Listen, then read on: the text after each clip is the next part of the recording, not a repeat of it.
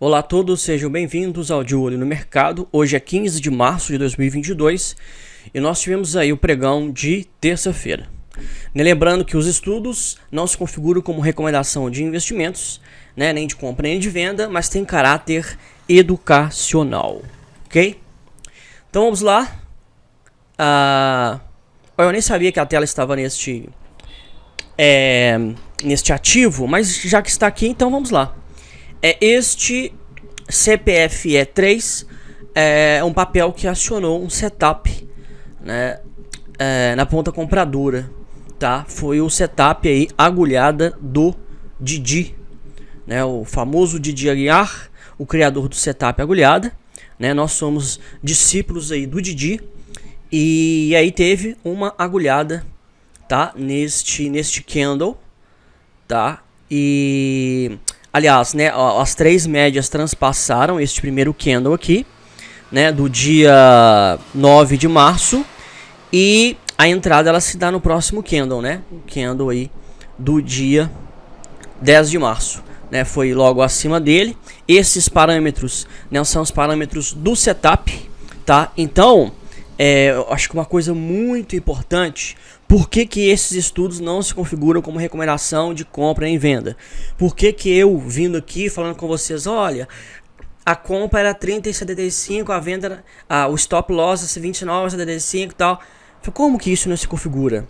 Porque isso tudo aqui são os parâmetros objetivos do setup, tá? A recomendação de investimentos, ela se dá no seguinte contexto, O analista, aquele que recomenda, ele conhece todos os parâmetros, ele sabe as razões, os motivos, a tese, e todas essas razões, motivos e tese não são explicadas, não são passadas para quem está recebendo a recomendação, tá? Ou parcialmente. Então, existe uma espécie de monopólio da estratégia, tá? A gente aqui, na análise técnica, eu ensino os setups, são os padrões gráficos, e cada setup já tem pré-estabelecido os seus parâmetros, qual candlestick que é referência, e aí o próximo referência. Então assim, uma vez que você primeiro conhece o setup, assiste a minha aula e aprende o setup, você é capaz de identificar o setup em qualquer gráfico, tá? E você vai saber sozinho, sem precisar de ninguém para te dizer quais são os melhores pontos de compra, o stop loss, porque o setup, o padrão gráfico, ele já pré-estabelece esses termos, tá?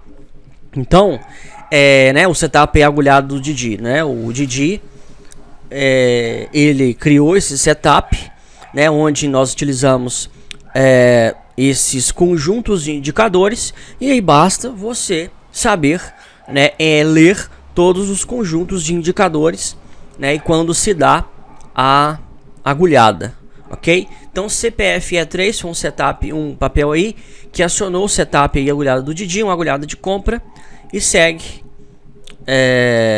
o baile, Os preços subiram, agora andam de lado, estão numa região de resistência, porque aqui o último topo ele forma uma região de resistência. Quando é assim e não há força suficiente, os preços eles resolvem fazer uma nova correção para retomar a alta, para retomar a alta. E aí os indicadores que nos mostram, qual que é a informação que eu e você, temos de que os preços vão subir. O DMI, ele nos mostra, o DI mais está acima do DI menos, e o ADX, que é um indicador que mostra a força da tendência, está em 36. O mínimo é 30, tá? No Didi Index, a média mais curta está acima e a média mais longa abaixo. O estocástico está batendo nas máximas e o Trix está na região positiva, acima do eixo zero. Tá? Então todos esses parâmetros aí são os parâmetros altistas. Então olha só, vamos direto para o mini índice, que também teve aí uma agulhada de venda, nesse caso aqui foi uma agulhada de venda, né, onde as duas médias transpassaram, as médias transpassaram este candle aqui, né, a referência da entrada foi 110.554 pontos, depois de ter rompido abaixo do candle de ontem, tá? Então acionou também uma agulhada de venda.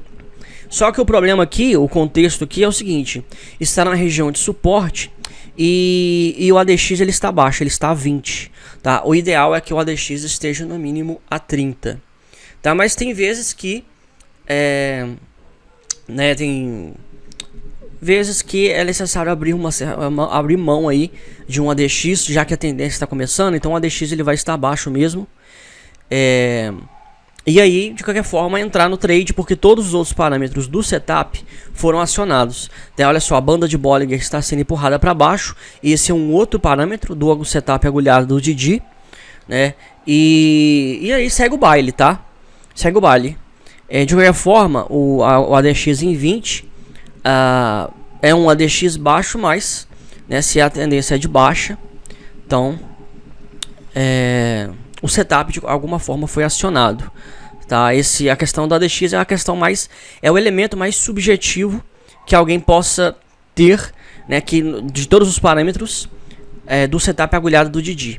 Mas o setup ele define o seguinte: ele define que o ADX tem que estar no mínimo a 30. Então, né, é isso aí, tá?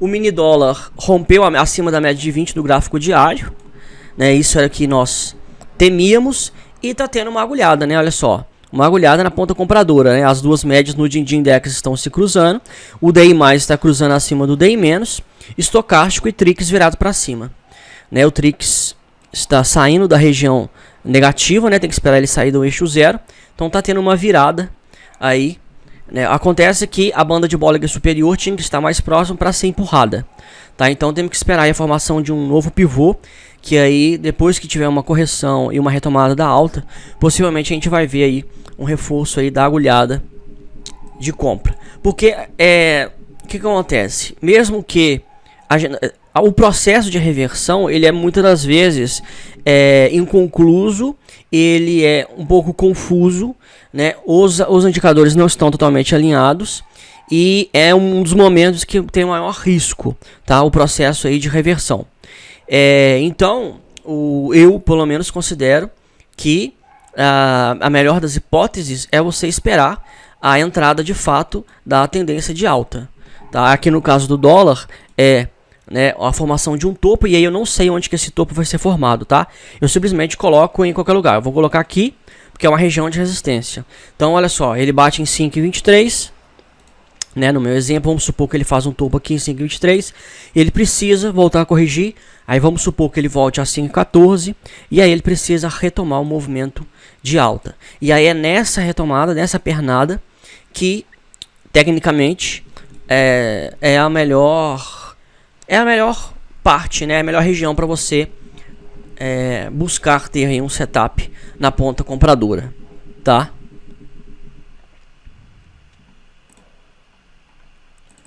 Dos papéis que mais caíram, FESA 4 caiu forte, formou um topo duplo e acionou um topo duplo, tá?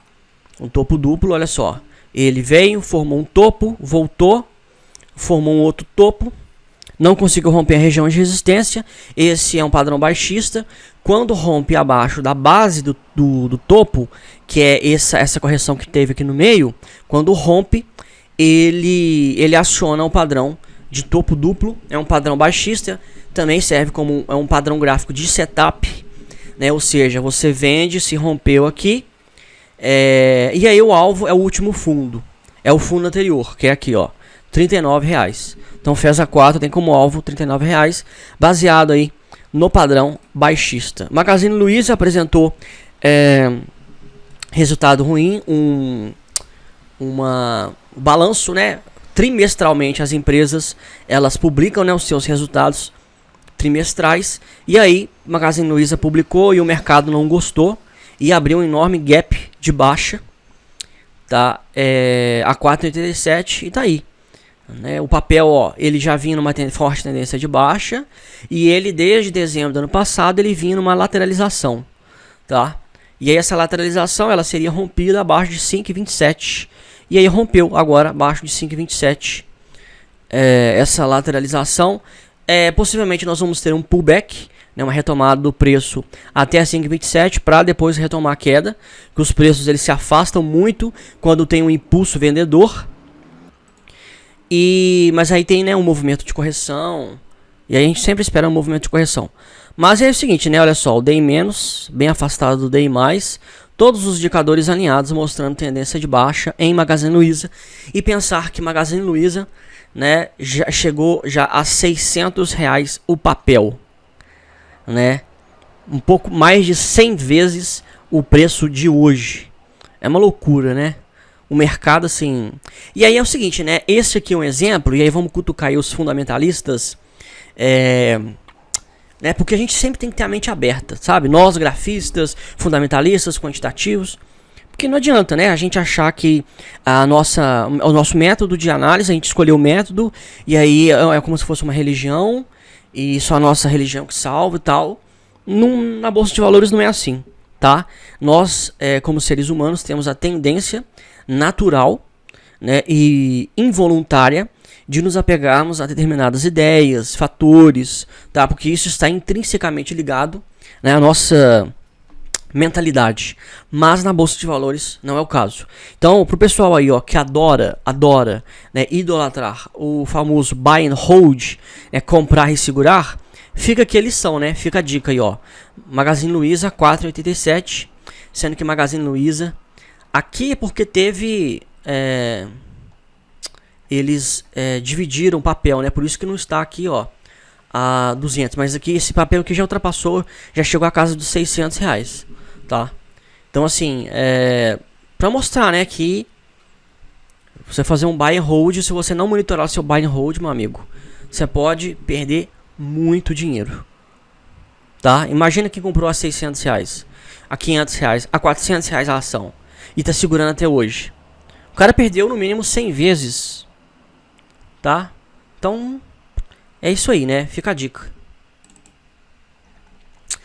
A R3 caiu, mas tem que romper esse fundo. Quando forma assim, ó, um fundo com pavio, não é uma coisa bacana, tá? Já não é legal. Já pra entrar não é legal. Enfim, eu não gosto. O negócio tem que estar simétrico, tem que estar perfeito. Tá? Este pavio aqui, ó, mostra que teve uma certa movimentação de compra aqui. Então o ideal mesmo é você esperar romper lá embaixo, né, abaixo do pavio.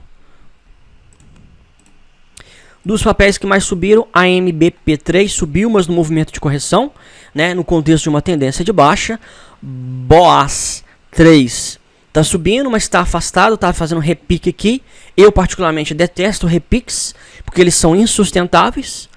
Tá? Uma hora o preço vai cair até a média, então pode acionar seu stop.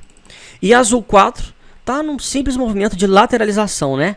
O contexto ainda é de baixa. Azul companhia aérea. Companhias aéreas tendem a sofrer porque petróleo em alta, combustível em alta, e vai aumentar a passagem, o preço da passagem das companhias aéreas, e isso vai diminuir aí a quantidade de gente que vai voar, né? Petróleo que bateu lá, ó, bateu nos $137 o barril, agora está $98 o barril, tá? Essa queda do petróleo, né, muita gente olha assim e fala, nossa, mas por quê?